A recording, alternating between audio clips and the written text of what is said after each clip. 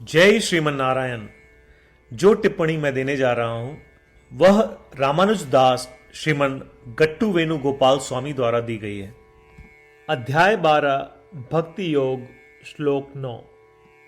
अध चित्तं समाधातुं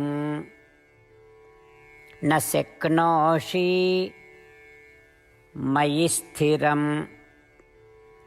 अभ्यासयोगेन ततो मामिच्छाप्तुं धनंजय।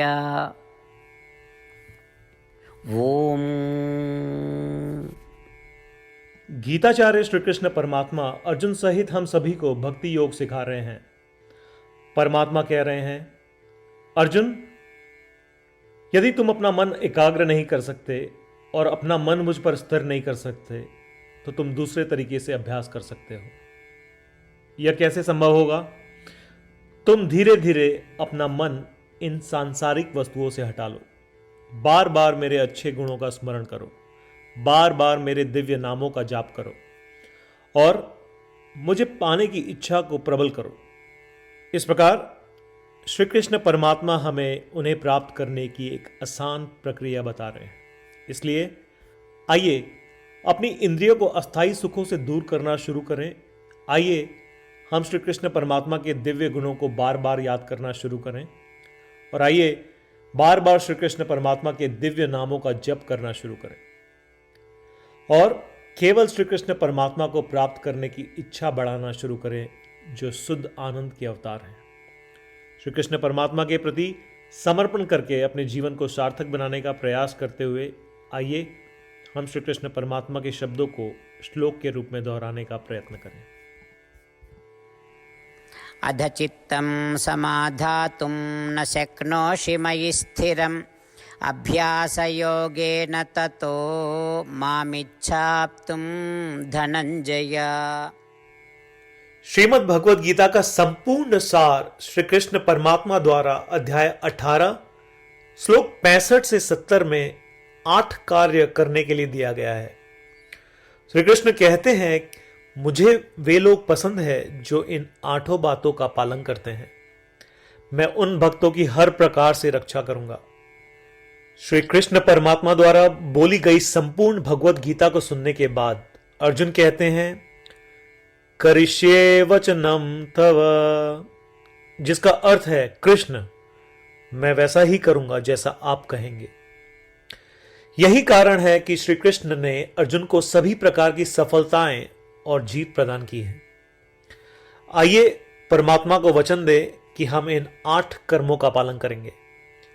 ऐसी कोई पूजा, तप या यज्ञ नहीं है जो परमात्मा को यह शब्द देने से बढ़कर हो। मैं कहूंगा कि ये 8 प्रतिज्ञाएं हमें करनी चाहिए। कृपया आप सभी इन्हें अपने दिल और दिमाग में सोचें।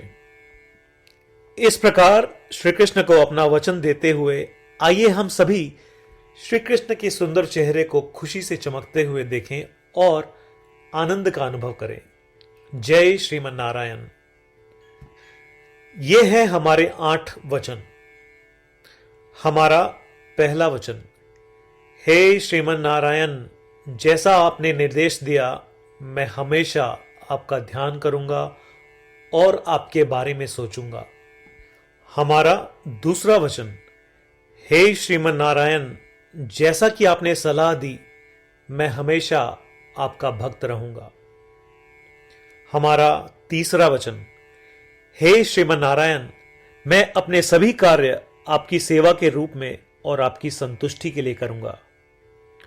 हमारा चौथा वचन, हे श्रीमन नारायण, जैसा कि आपने अनुसरण करने के लिए कहा था, मुझे पूरा विश्वास है कि मैं आपका हूं और मैं हमेशा अपने हाथ जोड़ूंगा और आपको नमस्कार करूंगा।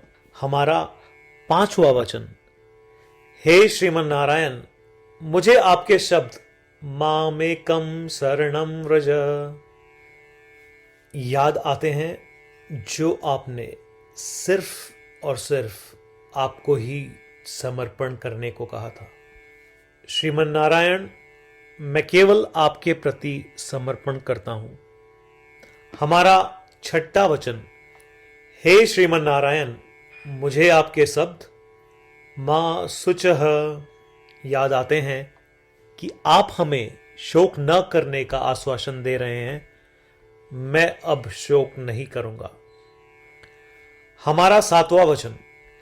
हे श्रीमन नारायण, आपने हमारे लिए श्रीमद् भगवद गीता देकर हम सभी पर कृपा की है और आशीर्वाद दिया है। मैं कम से कम एक श्लोक पढ़ने या सुनने का वादा करता हूं। हमारा 8वां वचन। हे श्रीमन नारायण, आपने सारी मानवता को गीता प्रदान की।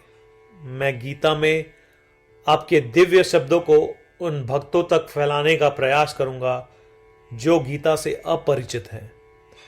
हमने अभी अभी परमात्मा को 8 वचन दिए हैं। प्रतिदिन श्रीमन नारायण को यह वचन देना कि हम वैसा ही करेंगे जैसा वे कहेंगे, अपने आप में एक महान पूजा है। आइए हम उसे अपने अटल विश्वास के साथ अपना वचन दें। श्रीमन नारायण करिष्ये वचनम तव, जिसका अर्थ है श्रीमन नारायण, मैं आपके निर्देशों के अनुसार कार्य करूंगा। सर्वम श्री कृष्णार्पणमस्तु। जय श्रीमन नारायण। अध चित्तं समाधातुं न शक्नोषि मयि स्थिरम् अभ्यासयोगेन ततो मामिच्छाप्तुं धनञ्जय। ओम।